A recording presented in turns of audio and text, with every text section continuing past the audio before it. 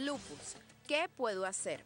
Es muy importante que usted asuma un papel activo en su tratamiento. La clave para poder vivir con lupus es estar informado acerca de la enfermedad y su impacto.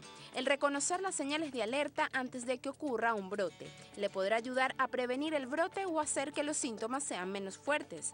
Muchas personas con lupus tienen ciertos síntomas justo antes de un brote, tales como sentirse más cansado, dolor, salpullido, fiebre, dolor de estómago, dolor de cabeza y mareo.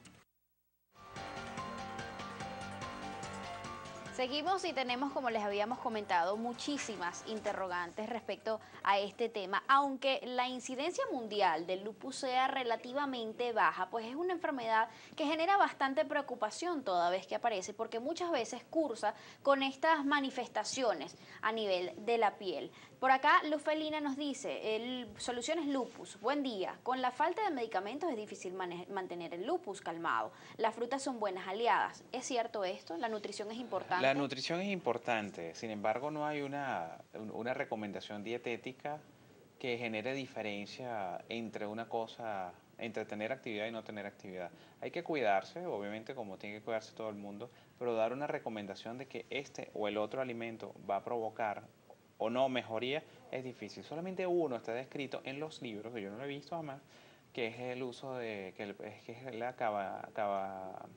alfalfa. Ok. La alfalfa, pero verá que yo no he tenido el primer paciente que dice me comí una hamburguesa con alfalfa y me dio una crisis. No, Quizás no porque lo he poco visto. se conozca la información Sí, también. es probable. También Norberto Antonio nos pregunta nuevamente, ¿siempre se manifiesta el lupus con daños muy tangibles en la piel o acaso puede aparecer de manera muy silenciosa?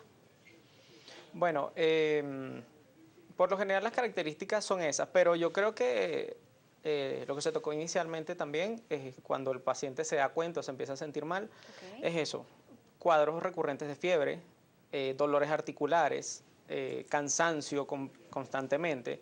Y cuando ya tú ves que no es solamente por el día a día, por la rutina, empiezas a presentar, sobre todo el dolor a las articulaciones, porque ahí es donde la gente empieza a preguntar, debe ser que tengo artritis. Y entonces, bueno, acude al médico y bueno, ya después con los exámenes y con la clínica es que se va a ir diferenciando.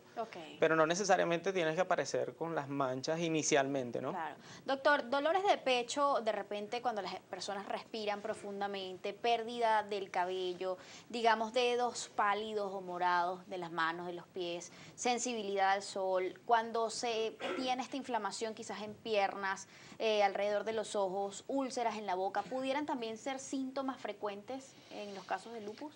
Las úlceras orales son comunes, la caída del cabello es poco específico, pero es muy común. De hecho, yo creo que en general mucha gente relaciona la caída del cabello a la presencia de lupus. El edema en las piernas puede tener que ver con las manifestaciones renales, que pierde proteína y genera lo que se llama un síndrome nefrítico, un síndrome nefrótico, puede hinchar las piernas. Las de los dedos morados o pálidos son algo que se llama fenómeno de Raynaud, también puede tener que ver con el sistema inmunológico. Es decir, eso que acaba de leer tiene descripción de que cumpliría varios criterios para pensar en lupus, habría que descartarlo. Por acá Argenis Carrillo hace una pregunta que digamos es importante también. ¿Cuál es la diferencia entre síndrome antifosfolípido y el lupus? ¿Cómo se manifiestan? El síndrome antifosfolípido y el lupus empezaron siendo lupus, los dos, después se derivaron.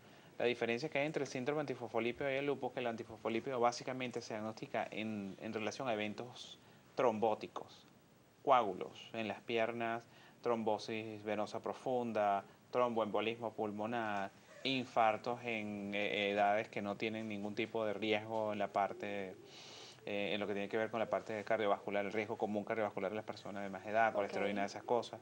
Y sobre todo los abortos recurrentes. Los abortos recurrentes se consideran como un fenómeno isquémico. Entonces el antifosfolípido se ganó su propia presencia y tiene una serie de pruebas independientes para esta enfermedad como tal. La severidad del antifosfolípido es muy variante. Puede ser muy severo, que son los casos que son que puede llegar inclusive a describirse casos fulminantes, pero el común es que es el antifosfolípido que produce, toca el tema de la fertilidad por los abortos recurrentes. Hay una pregunta un poco relacionada con eso. Niri Greta pregunta, tengo 27 años y tengo lupus. Quisiera saber qué tan grave es un embarazo para nosotros los lúpicos. El embarazo con lupus es, digamos, un embarazo que hay que llevar con mucho orden. El lupus no afecta la fertilidad, en otras palabras, la posibilidad de quedar embarazada. No se debe meter con eso. El problema del lupus es que como sistema inmunológico, aquella fase a la que hice mención, en que la mujer debe tener un ambiente de tolerancia para poder desarrollar el embarazo, el lupus literalmente lo sabotea y permite entonces que el sistema inmunológico reconozca el embarazo. ¿Pero puede gestarse aún teniendo lupus? Muchas tienen hijos y varios. Hay que irlo con toda la convicción, pero con los cuidados. Mi recomendación siempre es esa, llevar al lupus en orden. El lupus puede ser muy controlable. El lupus en orden, el médico especialista que monitoree el embarazo como tiene que ser para que el embarazo llegue a término felizmente. Sí puede quedar embarazada, pero por supuesto tiene que tener cuidado en algunas cosas.